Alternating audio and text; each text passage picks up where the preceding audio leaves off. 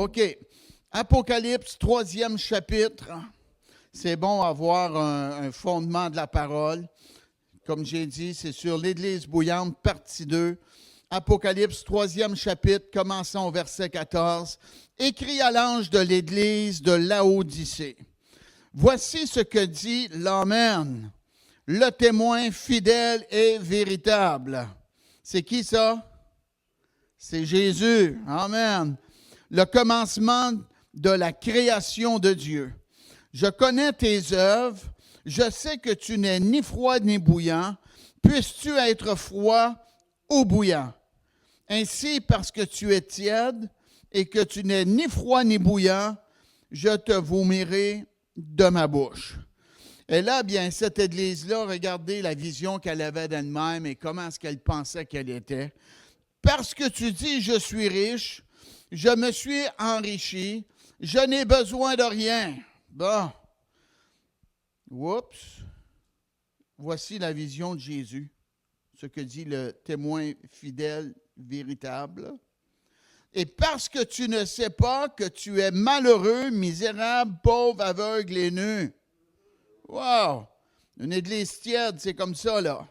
Il ne faut pas être de même, hein, dans notre vie, dans notre marche avec Dieu, là. Et Dieu dit, je te conseille d'acheter de moi de l'or éprouvé par le feu. De la vraie or, une vraie foi, là. Afin que tu deviennes riche. Écoutez, la grâce de Dieu, le salut, le pardon de Dieu, c'est la plus grande richesse qu'un être humain peut avoir. Hein? À la fin de votre vie, ce n'est pas la grandeur de votre maison, quelle sorte d'auto tu as conduit, l'épaisseur de ton portefeuille. Hein? C'est où est-ce qu'on s'en va? Hein? Et pour aller au ciel, c'est Jésus. Hein? Amen. Je te conseille d'acheter de moi de l'or éprouvé par le feu, afin que tu deviennes riche, et des vêtements blancs, afin que tu sois vêtu et que la honte de ta nudité ne paraisse pas, et un collier pour oindre tes yeux, afin que tu vois. Et voici qu'est-ce que Jésus dit. Moi, je reprends et je châtie tous ceux que j'aime. Et voici qu'est-ce que Dieu dit. Aie donc du zèle et repens-toi. Dites-le. Aie donc du zèle et repens-toi. Amen. Verset 20. Voici, je me tiens à la porte et je frappe. Si quelqu'un entend ma voix et ouvre la porte, j'entrerai chez lui, je souperai avec lui et lui avec moi. Qu'est-ce qui est arrivé? C'est que Jésus n'était plus dans l'Église. Il était dehors, puis il frappait pour entrer.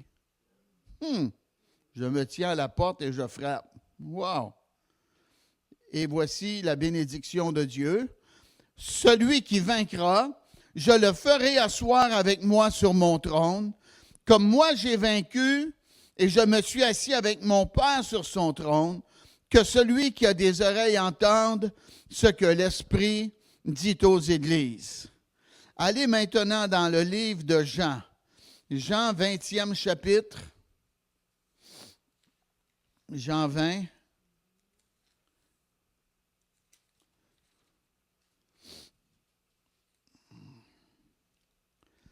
Commençons au verset 19. Le soir de ce jour, qui était le premier de la semaine, les portes du lieu où se trouvaient les disciples étant fermées, à cause de la crainte qu'ils avaient des Juifs, Jésus vint, se présenta au milieu d'eux et leur dit, « La paix soit avec vous !»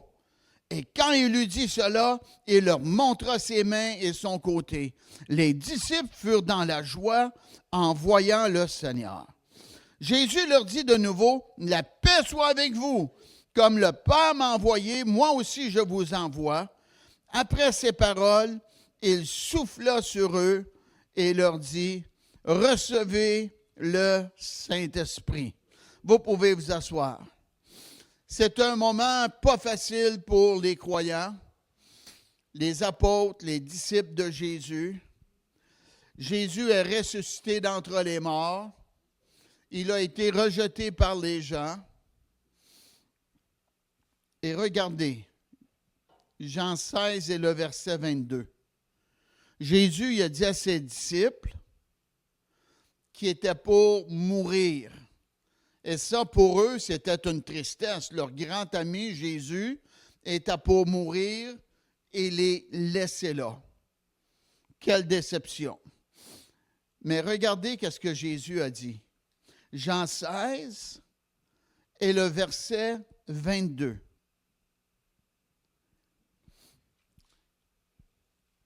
Vous donc aussi, vous êtes maintenant dans la tristesse, mais je vous reverrai et votre cœur se réjouira et nul de vous ravira votre joie.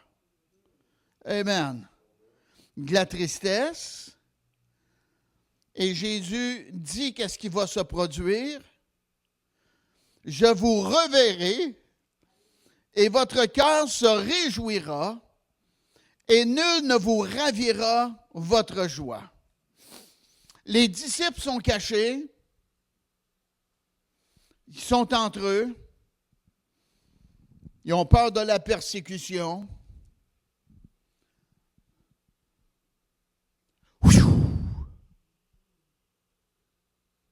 Jésus rentre où ce qu'ils sont. Et la porte est fermée. Wow! Et eux sont craintifs, ils ont peur d'être persécutés. Il y a un tumulte à l'intérieur d'eux, il y a une crainte.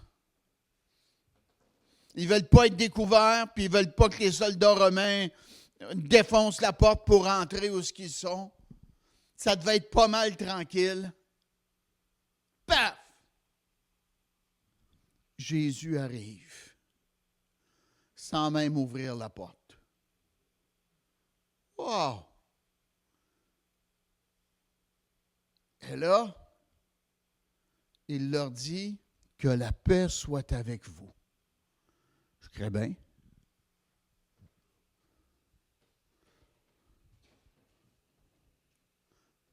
Vous seriez couché dans votre chambre à soir, puis que la porte est fermée, puis que vous me voyez apparaître.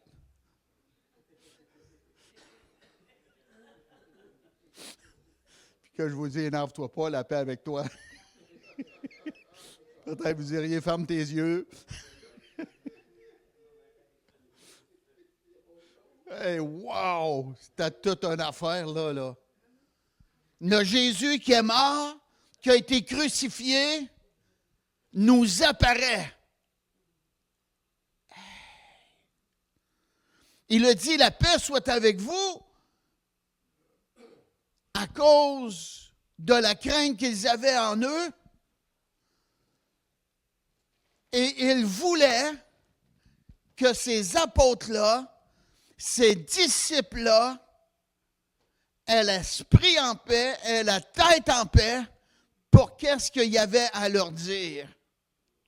Amen. Dernièrement, j'étais au Mexique, puis je dis à quelqu'un de faire de quoi? Puis je parle à ma femme, j'ai dit, je pense qu'elle n'a pas compris.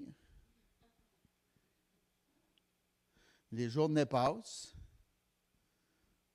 et Linda s'implique dans le petit dossier, et la personne, elle me dit, je n'avais pas compris ce bout-là. Des fois, on est trop concentré sur les médias, hein? Des fois sur l'inattendu, puis on se fait dire de quoi, puis on oublie, ou on ne porte pas attention à cause de ce qu'on a pensé dans les médias. Et là, le Seigneur voulait qu'ils aient la paix en eux. Oui. Je vous ai dit que vous allez me revoir et que vous allez être dans la joie. Voilà. Regarde mes mains. Regarde mon côté.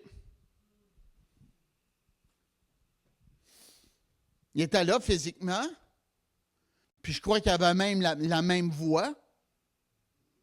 Wow! Qu'est-ce que Jésus était après faire? Il était après enlever tout doute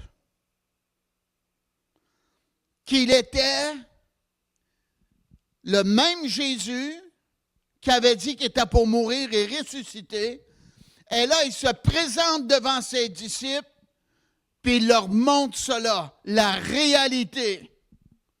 Wow! Et la Bible, elle nous dit, les disciples furent dans la joie en voyant le Seigneur. Notre foi n'est pas vaine. Il nous a dit qu'on était pour le revoir. On était attristés. On ne croyait pas. Hey! Mais Jésus est fidèle à sa parole. Il est fidèle à sa promesse. Il savait qu'est-ce qu'il était pour faire. Il leur a dit, il leur a promis. Et là, il a accompli sa promesse sous leurs yeux. Wow! Amen. Il a montré ses mains. Il a montré son côté. Et là, les disciples sont saisis, possiblement. Hey, c'est bel et bien Jésus. Notre grand ami est encore parmi nous. Il est bel et bien là. Ouais. Et verset 21, ça nous dit, Jésus leur dit de nouveau, la paix soit avec vous. Comme le Père m'a envoyé, moi aussi, je vous envoie. Un deuxième message de paix. Pourquoi ce deuxième message de paix-là? C'est parce que c'est excitant être chrétien. Et dans leur joie, leur excitation, leur inattendu, le Seigneur avait des choses à leur dire, puis il voulait qu'ils aient la bonne concentration pour entendre ce qu'il y avait à dire. Vous m'avez vu? C'est bel et bien moi? Oui. La paix soit avec vous. Revenez-en maintenant.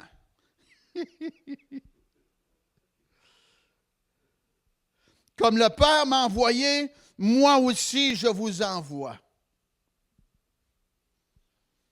Mes disciples,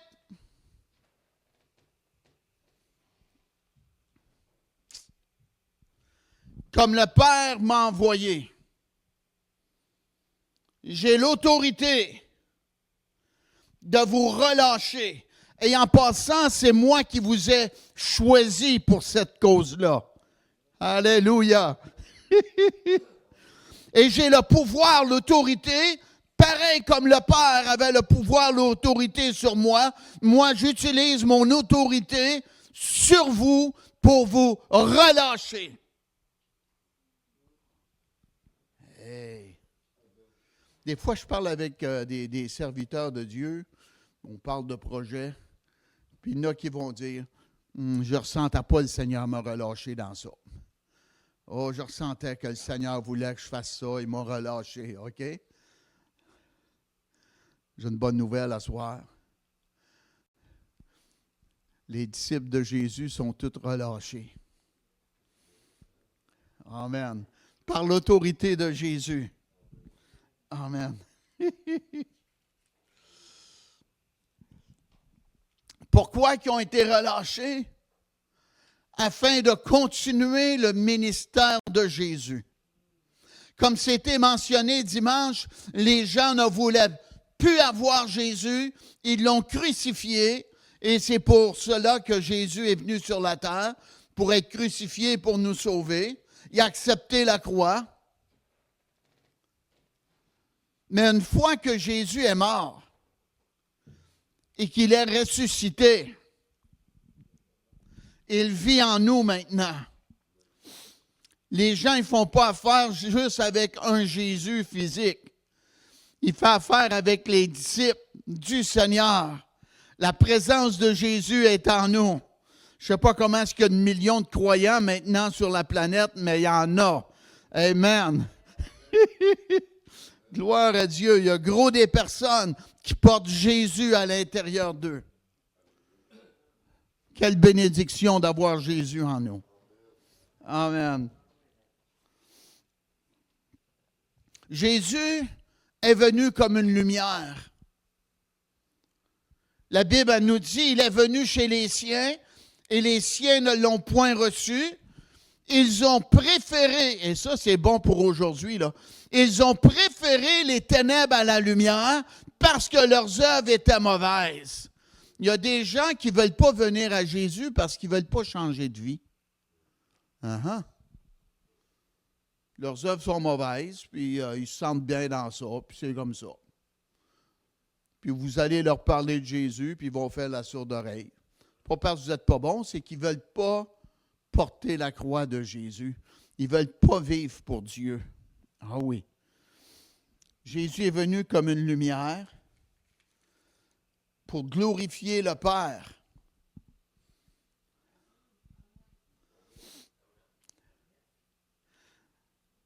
Afin que les gens aient une espérance. Amen. On est des porteurs d'espoir. Parfois, vous savez, il y a des gens qui peuvent trouver qu'on n'a pas grand-chose. Des fois, je parlais avec du monde, puis je disais, on apporte l'espérance avec le ministère du chapiteau. Vous apportez l'espérance. Bien oui, on apporte l'espérance. Il y en a gros qui ont besoin de venir sous le chapiteau. Ils ont perdu espoir. Beaucoup de personnes pensent de s'enlever la vie ou de se faire enlever. Des porteurs d'espoir, c'est ce que nous sommes. Et quand tu as une espérance, bien là, c'est un tremplin pour le futur, un tremplin pour le miraculeux, un tremplin, amen, pour l'excitation à la bénédiction qui est à venir. Amen.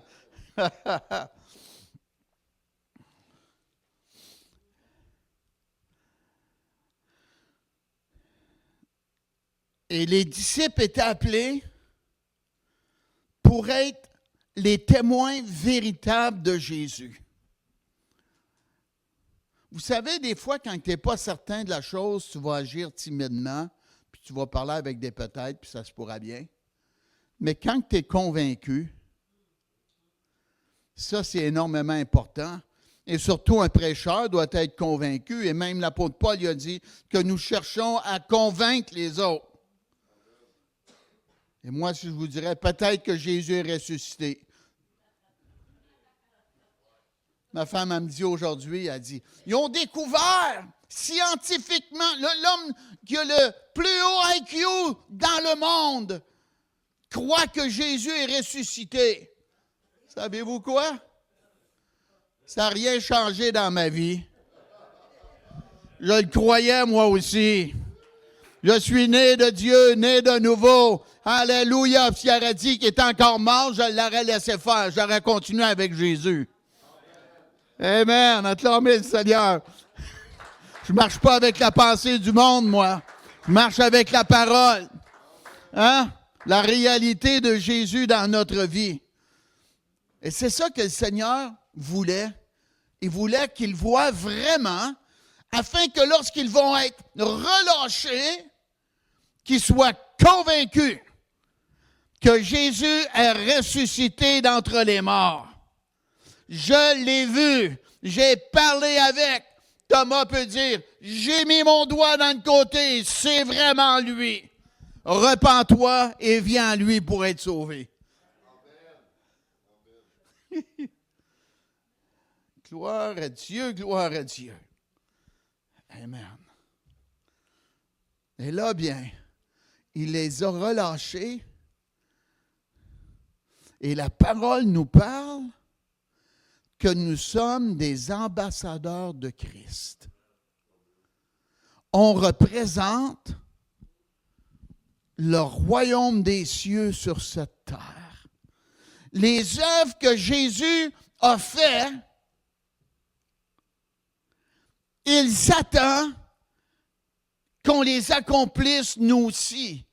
Et même la parole nous parle dans Jean 14 et le verset 12, ça nous dit, les œuvres que j'ai faites, vous en ferez, et même de plus grandes. Wow! Il a ressuscité Lazare. Tu pensais, toi, si tu parles, puis il y en a 3-4 qui ressuscitent? C'est quoi, hein? Des œuvres plus grandes. Tu peux commencer à faire les siennes. Les œuvres plus grandes, je crois qu'ils vont venir après. En son nom. On ne fait pas ça par notre autorité. On fait ça par l'autorité que Jésus nous a donnée. Et lorsqu'on prie en son nom, ça veut dire par son autorité, par son pouvoir, par son droit qu'il m'a donné. Amen. Jésus a dit lui-même, je te loue de ce que tu m'exauces toujours. Dieu veut toujours nous exaucer. Amen. Quand on prie pour les malades, il veut tout le temps les guérir. Quelqu'un qui est découragé, le Seigneur veut tout le temps l'encourager. Amen. Quelqu'un qui est faible dans sa foi, le Seigneur veut tout le temps fortifier sa foi. Amen. C'est un bon Dieu qu'on a, hein? Alléluia. En son nom, par son pouvoir, par son autorité. Quand tu imposes les mains sur les malades en son nom, c'est comme si ça devient les mains de Jésus. Wow!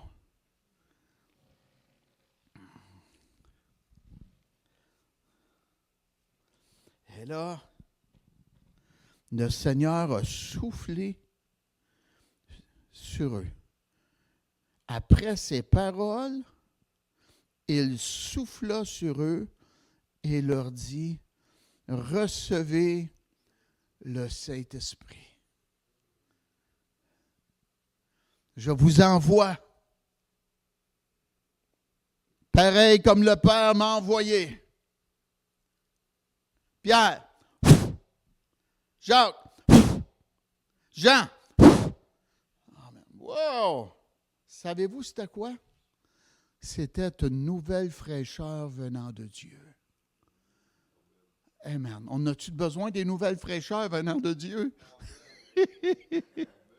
Yes. Dernièrement, j'ai repassé des culottes fripées.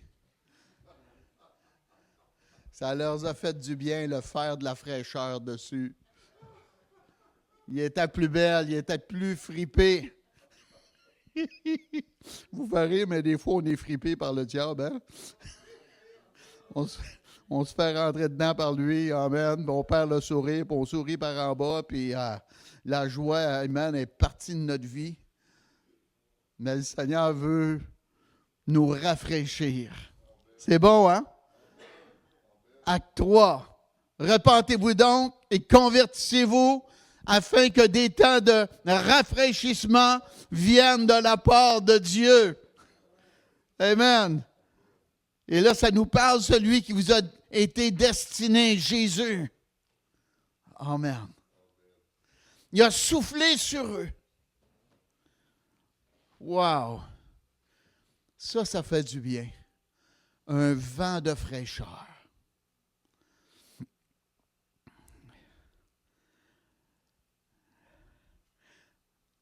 Une onction fraîche. Ça fait du bien. L'onction, c'est la présence de Dieu. La présence de Dieu avec nous. C'est une force surnaturelle. Alléluia!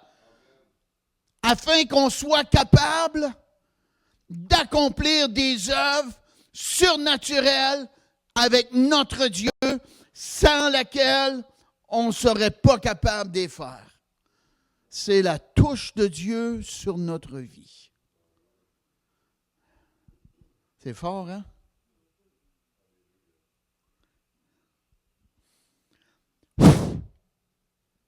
Thomas.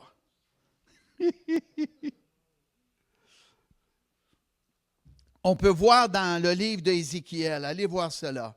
Ézéchiel 37. Ézéchiel 37. Ici, ça représente le peuple de Dieu quand ils sont relâchés de la captivité de Babylone. Et Ces gens-là, bien, ils avaient perdu tout espoir. Ézéchiel 37 et le verset 14. Il me dit, Fils de l'homme, ces eaux, c'est toute la maison d'Israël. Voici, ils disent, nos eaux sont desséchées, notre espérance est détruite, nous sommes perdus. C'était une armée qui était par terre, qui avait été vaincue. L'unité n'était plus présente. Plus d'espérance. Ah! Mais l'homme de Dieu, Ézéchiel, la main de Dieu était sur lui. La présence de Dieu était sur lui. La force de Dieu était sur lui. Parce qu'il y avait une lourde tâche. En soir, moi, je vous prêche, là, vous n'êtes pas morts, mais là, c'était des ossements desséchés, là. As-tu pensé d'aller dans le cimetière, sur la rue d'Offren, puis que Dieu te donne un message, puis là, tu aperçois les morts sortir des tombes, là? Wow! Ça sera fort, hein? Amen. Mais vous dire, ça prendra une onction forte, là.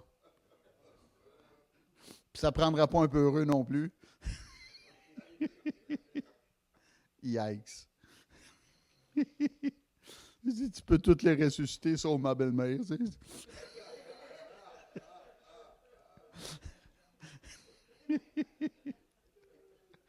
Aïe, aïe. C'est ça, la main de Dieu était sur Ézéchiel. Et Dieu lui a dit de prophétiser, de parler de sa part.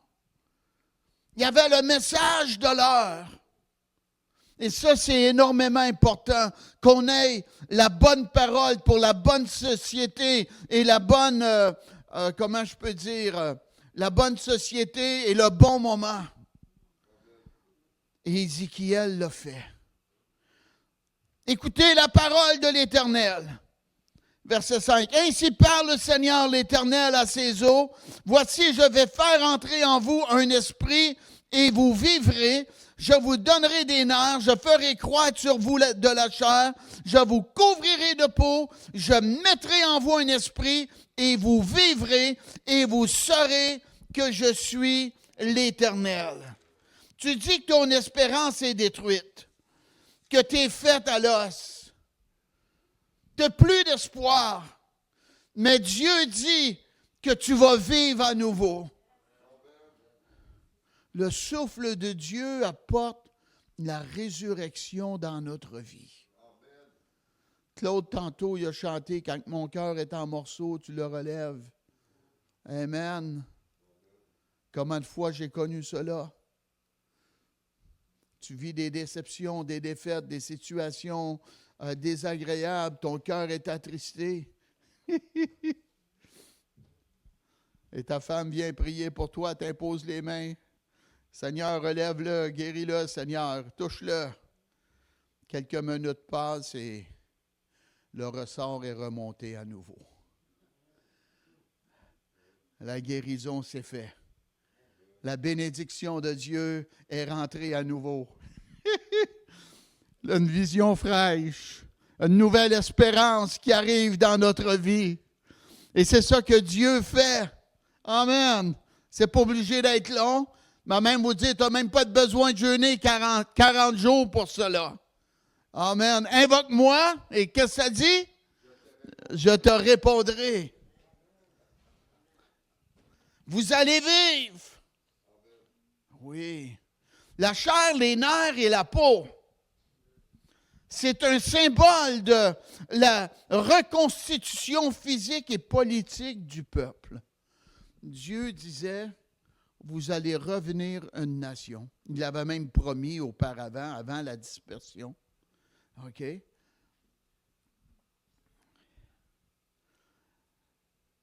Dieu disait, vous allez revenir à être une nation. Le souffle, Jésus a soufflé sur eux. Le souffle apporte la vie spirituelle. C'est la restauration de la relation avec Dieu. Au nom de Jésus, Seigneur, souffle dans notre nation. Qu'il y ait la restauration, un retour à Dieu. Une nouvelle motivation de vouloir connaître Jésus.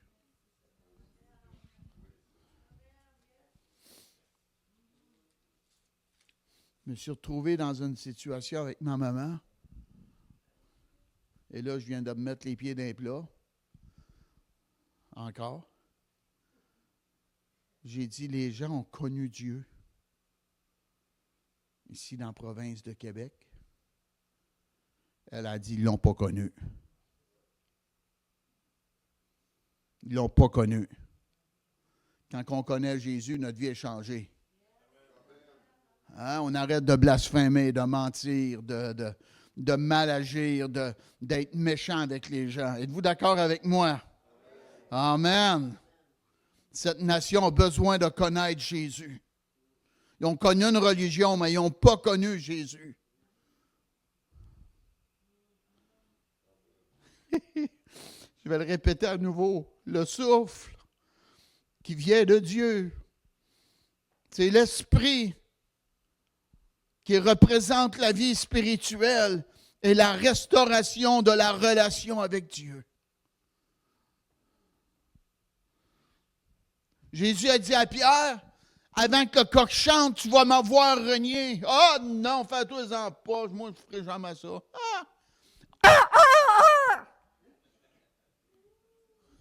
Je l'avais dit, hein? Peut-être que vous ne saviez pas ça, mais c'est un coq sous l'onction, ça. Wow! T'as pas une chance, c'était voulu, il l'avait prophétisé avant Jésus.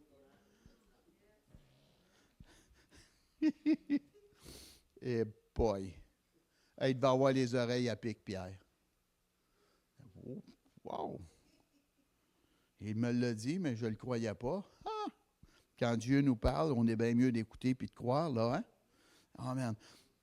Souffle sur ces morts et qu'ils revivent. Et la Bible nous dit que l'Esprit entre en eux et ils se sont levés.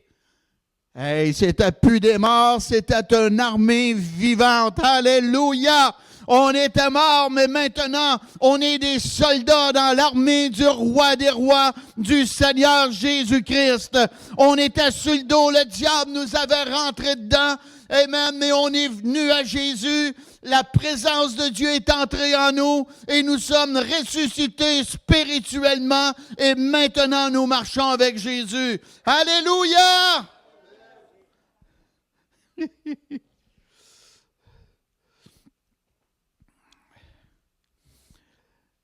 Les étapes de la reconstitution.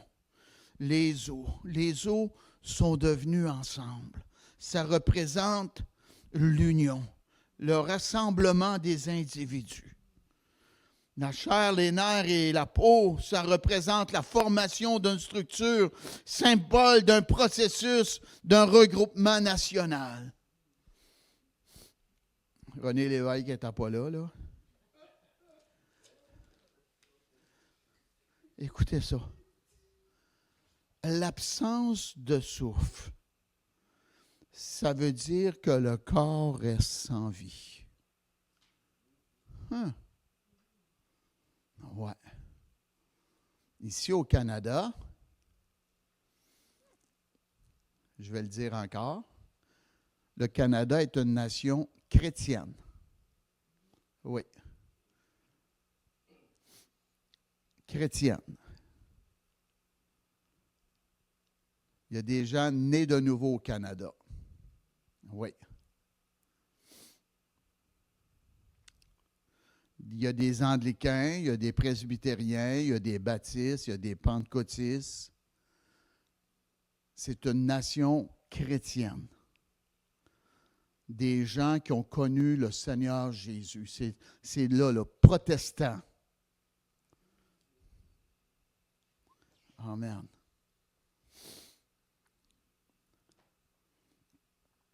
Mais au fil des années, il y a plusieurs églises qui ont perdu leur zèle, comme j'ai dit, leur premier amour. Il y en a que ça a l'air même catholique maintenant. Ils ont des chapeaux pointus. Tu vas là, puis c'est une tradition. Oui, puis ils se disent chrétiens, là. Eh oui, il n'y a pas de vie. Ils vont chanter des cantiques, des hymnes, puis il n'y a pas de vie. La présence de Dieu semble qu'elle n'est pas là.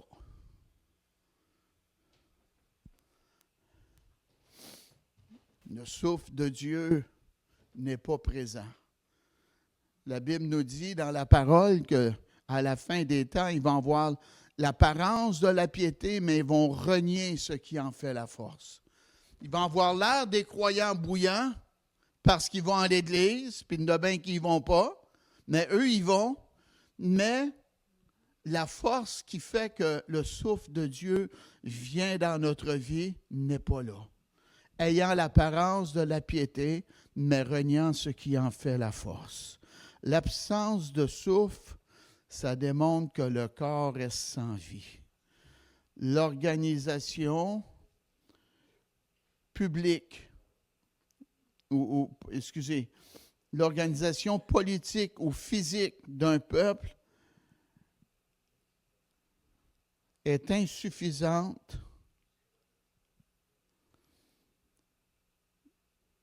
pour l'intervention divine. Je me reprends. La présence de Dieu n'est pas présente et la structure d'une nation, d'un pays, leur politique, c'est tout en place, mais sans le souffle de Dieu, c'est mort. Ça n'a pas la vie de Dieu dedans. Ça a la vie de l'homme, ça a des pensées humaines, mais quand que le souffle de Dieu vient, la Bible nous dit que Philippe descendit en Samarie et il y prêcha le Christ. Les foules entières étaient attentives à ce que disait Philippe, dû au miracle qu'ils avaient entendu parler puis qu'ils voyaient sous leurs yeux. Et la parole nous dit, il y eut une grande joie dans cette ville. Amen. Je ne sais pas s'il y en a ici qui se rappellent de cela. Il y a peut-être 20 ans passés, au Guatemala, il y avait un endroit de rebut, puis on semait cet endroit-là. Puis là, il y avait des cocombes qui poussaient des 2-3 pieds, des gros melons d'eau, des grosses affaires. Hein? Tu y es allé, hein? Amen. Wow. Pourquoi que c'était comme ça? À cause de la bénédiction de Dieu. Et les gens de cette nation-là, j'ai vu ça dans la vidéo, ils étaient tellement contents. Ils se réjouissaient à cause de la bénédiction dans leur nation. Amen, alléluia. Quand on a commencé à recevoir des camions de nourriture, je m'en vais chez Luc Gingras, qui est mon neveu, et je l'invite. J'ai dit, si tu veux, tu peux venir chercher de la nourriture. Et il dit, tu as reçu une quantité divine? Oui. Il voulait dire surabondante. Hein? Quantité divine, surabondante. Gloire à Dieu, le filet se rompait. Les barques s'enfonçaient. Donnez-moi les 5 pains et les 2 poissons. Et là, Jésus, il prie, je te remercie, Père. Amen. Et là, il dit aux disciples, bien, de partager. Et là, les gens ont mangé, des milliers de personnes ont mangé. Puis là, il a dit, ramassez les miettes. Ça veut dire, faites attention à la bénédiction. Puis là, le petit gars, il est retourné chez lui. Hein? Pas avec son sac à lunch ou une petite affaire, là. Hein, me semble le voir avec les paniers. Maman, venez m'aider, là. Amen. 3 paniers. 4 paniers, 5 paniers, 2. Où c'est que tu as pris ça? Ben, j'ai été avec Jésus, puis j'y ai donné mon lunch, puis regarde qu'est-ce qu'il me redonne. Alléluia! Alléluia! Un Dieu de surabondance. Amen. Vous pouvez même prier, souffle dans mon portefeuille, Seigneur. Souffle dans ma famille. Amène mes enfants au Seigneur. Amen. Souffle dans mon cœur un esprit de joie, un esprit de liberté. Souffle en moi, Seigneur. Brise les chaînes, les liens de l'ennemi dans ma vie. Yes. Moi, il l'a fait dans la mienne. C'est beau, la Bible nous dit que Jésus-Christ est là le même hier, aujourd'hui, éternellement. Pas parce qu'on est en 2026 que ça ne veut pas dire qu'il a changé et qu'il ne le fera pas. Non. Si on l'invoque d'un cœur sincère, il va nous entendre puis il va nous secourir. Et le peuple de Dieu dit Amen. Alléluia. Gloire à Dieu. Et l'autre, tu peux revenir volontiers. Alors, chanter ton chant, là, Dieu de gloire, là. Volontiers. Gloire à Dieu. Amen.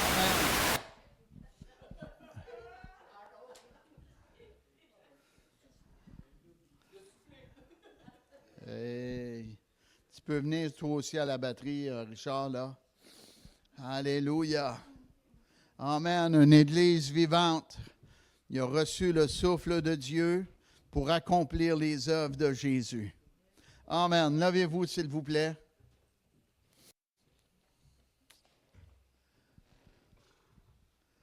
Gloire à Dieu. Béni soit Dieu.